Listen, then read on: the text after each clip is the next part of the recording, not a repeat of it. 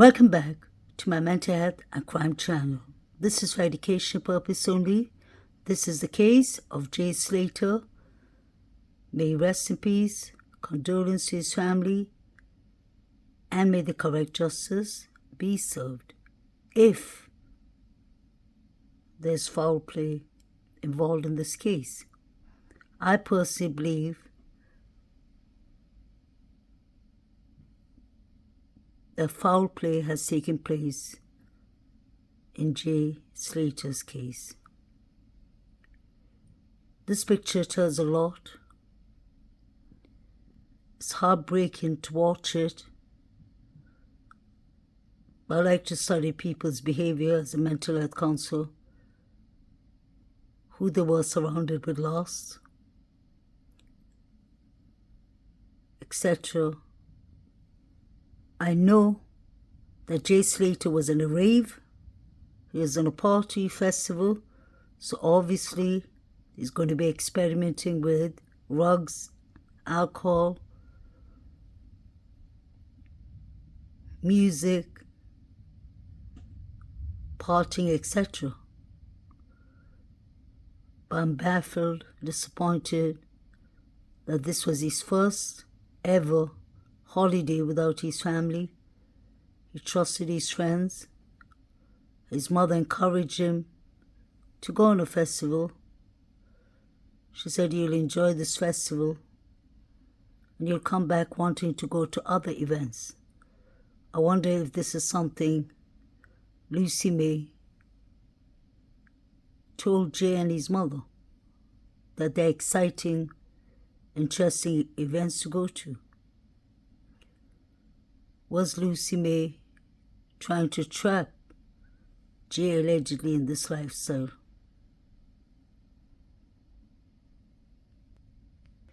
Jay looks very dehydrated here. What is interesting is he still has on the black pouch, the bag. He doesn't have on a t-shirt, but his eyes just look like he's had too much to drink. Don't know if he's taken anything else. But this poor 19-year-old boy should have been looked after. His friends should have just taken him home. Why would they let him go with two strangers up in an isolated area, just like Lucy May described Maska when she called the police? She said it's an abandoned area. So why would you let your friend go in an abandoned area? My question is always been the same from the very beginning. Did Jay Slater ever make it to Maska? Or is this a cover-up allegedly?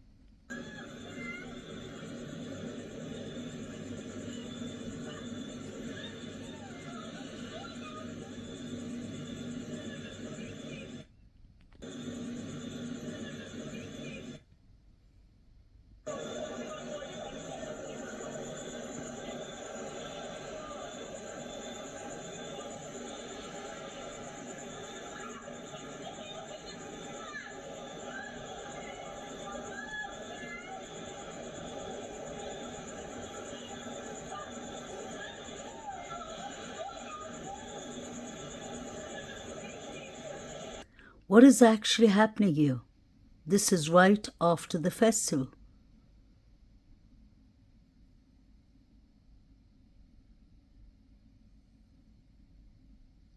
Was Jay attacked?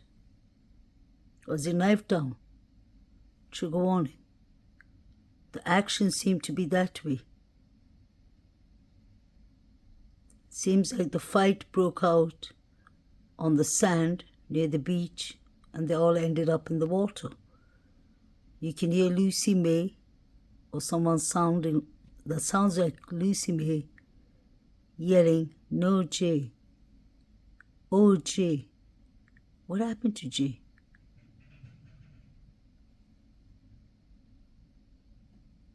Could this have been a retaliation for Tom Hilton and the assault case that Jay was allegedly involved.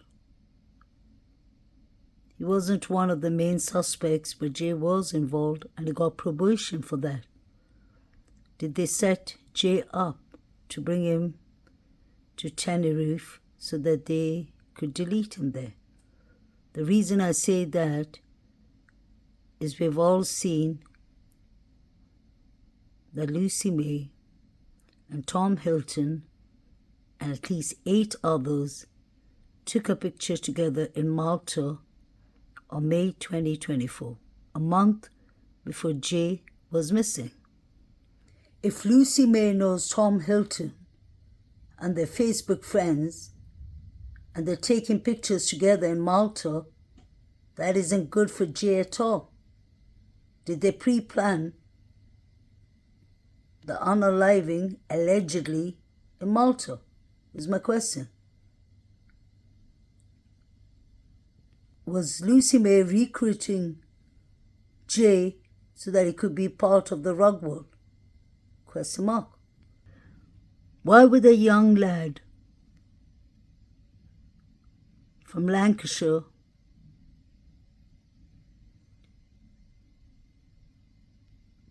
come on a holiday to Tenerife and go up the most dangerous mountains and ravines? Just like Lucy May said, Jay ain't a stupid boy.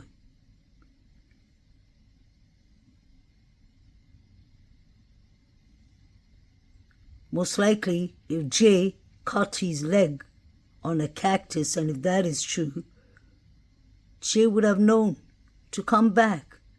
He'd have seen the danger just by standing here. He would know the danger of the ravines and the mountains. Why did Jay need to leave the Airbnb at 7:30 in the morning? Was there a fight? Obviously, people were intoxicated, most likely. So if Jay made it to Maska, did he get kicked out, thrown out of the Airbnb?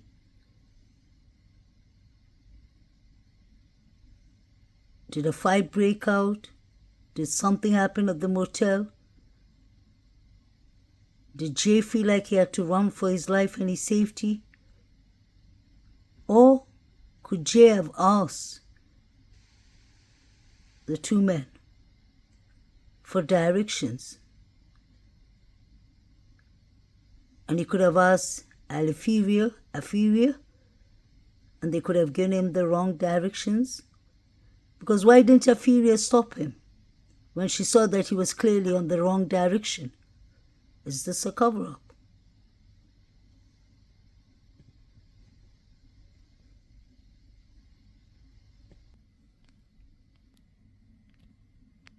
Why would Jay leave civilization and go to isolated mountain 7:30 in the morning, 8 in the morning, when he was definitely dehydrated and he had only 1% on his phone?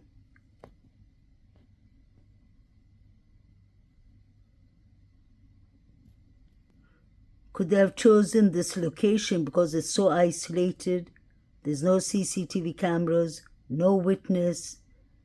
Early in the morning could have been the perfect time for them to do what they had to do, I guess. Allegedly. Something doesn't add up. But I personally still believe that Jay did not make it to Maska. When I try to research something or follow a case, watch it properly,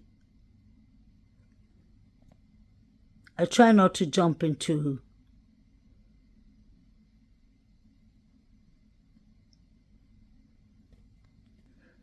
to a decision quickly or to point blame. Because as a mental health counselor, it's important to be mindful. But then it's like the Maska case. It took me 11 months to watch all the nonsense until I started pointing out things like Saeed watching pictures on his phone that look like crime scene pictures, the grub truck, and such things. What I personally have noticed in Jay Slater's case is I personally ain't interested much in Ayub, Qasim, and Rocky. The reason that I'm not so interested in them is they were cleared by the Spanish police. And wait, I know some people are going to say the police are corrupted, allegedly, in Tenerife. I do not disagree about that. But Ayub and Rocky were cleared by the UK police. So now that's two police forces, two separate countries. UK is the country that arrested Ayub, charged him. I'm sure he's out since 2023, so he must be on some kind of probation. Or I'm sure they're watching him from a distance. So I don't think that these two men could have deleted Jay Slater and Maska hotel because a forensic team came there and checked and did their investigation and their forensics test a week after Jay went missing. Some people may say, oh yeah, it's easy to wash off the things and get rid of evidence. But when it comes to the forensic team, it's very easy to see evidence. When they turn on the lights and the equipments and everything, they can see blood, they can see everything. That's the reason I've always said I don't believe Jay made it to Maska. Something happened around the festival area. You can see something that looks like a fight at the beach. So anything is possible. Besides Ayub and Rocky, we do not have, and Alifiri. Besides those three, we do not have anyone confirming that Jay went to Maska. Besides Lucy and Brad, which need thorough investigations themselves, all the interviews do not add up. I still want to know why it took Brad 11 days to talk to the mainstream news media. 11 days. This is supposed to be his best friend that he traveled with. And it took him 11 days to come to the media and explain what he and Jay spoke about over the phone. Not only is Brad Jay's friend, Brad and Lucy were allegedly the last two people Jay spoke to. So why would it take him 11 days?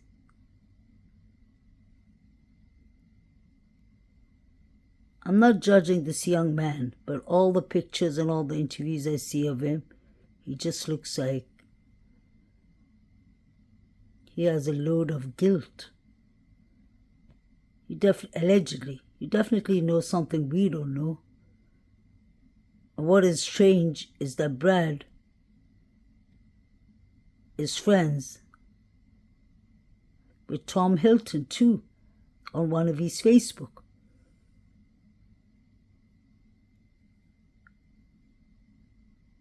How close was Jay and Brad? Why is Brad's mother running the Facebook and the narratives?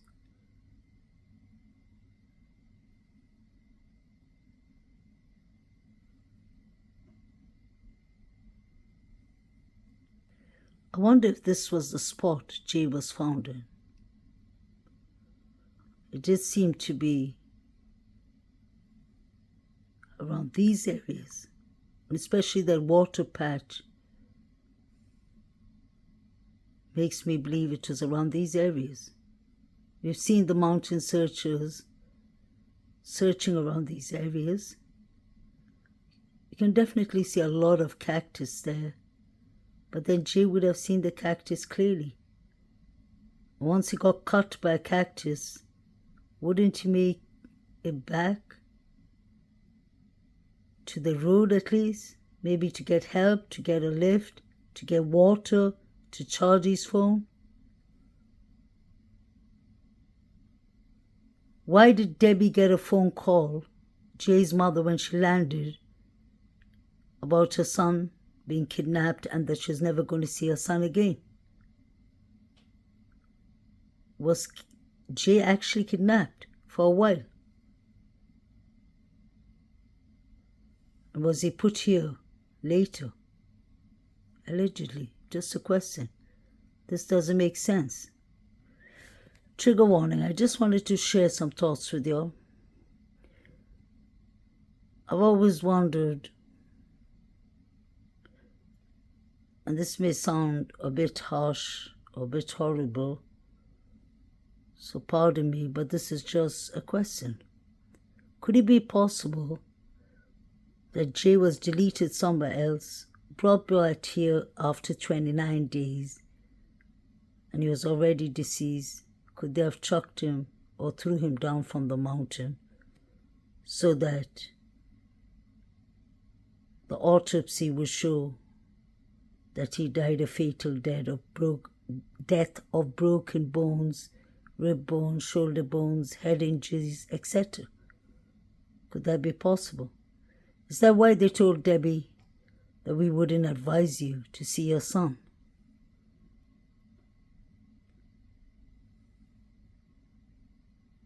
I do understand it's a hot place. Jay was deceased for 29 days. So obviously it's not a good idea for any human being, especially a parent, to see a child in that condition. May he rest in peace. Jay deserves justice, because I don't think this was just an accident or fall. So that's one of my theories. My second theory is, could Jay have been given the wrong direction, and when he went up the mountains, somebody could have been waiting for him there and kind of finished the job? Maybe Tom Hilton or someone else, allegedly. Anything's possible. How does Lucy May Law afford all her vacations, all her travels? She traveled within 2 days to different locations. Who's paying for all this? She's only 18 years old. Was she recruiting people for the rug rounds? You'll hopefully understand the word rug if you put the D in front of it.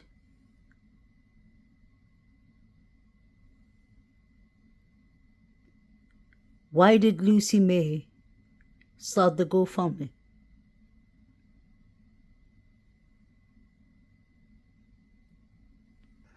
I don't see much empathy, emotion, sadness in Brad's eyes in the whole interview. That's in my opinion only. Something's not right here.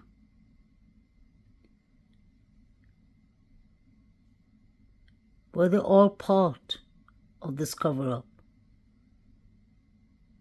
Could Brandon have done something to Jay allegedly? Could Brady have done something to Jay allegedly? Or was it Tom Hilton who made a hit out on Jay? Let's not forget, Jay got the least time. And I remember rumors allegedly were going on in the beginning that Jay was the only one out of the 8 that were charged for Tommy Hilton is assault, or GBH, great bodily harm. It was said that Jay used to talk about it and make jokes about it, but he's a young lad. If that is true, that could have upset Tom Hilton easily. If this case happened in Lancashire, most likely they thought, if you're going to get retaliation and revenge, take it out of Tenerife. Take it to Lancashire. Take it to Tenerife. Take it out of Lancashire, sorry. It's all the opposite.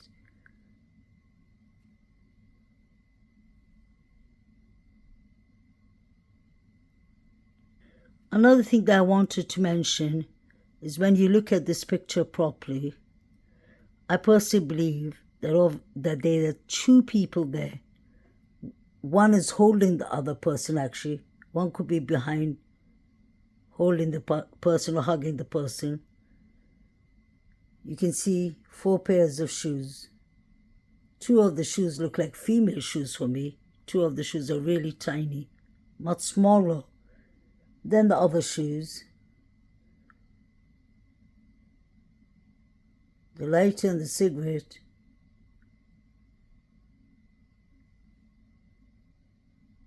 on his hand kind of shows that he just started or he's halfway to his cigarette. But what I find interesting is look at the picture downstairs.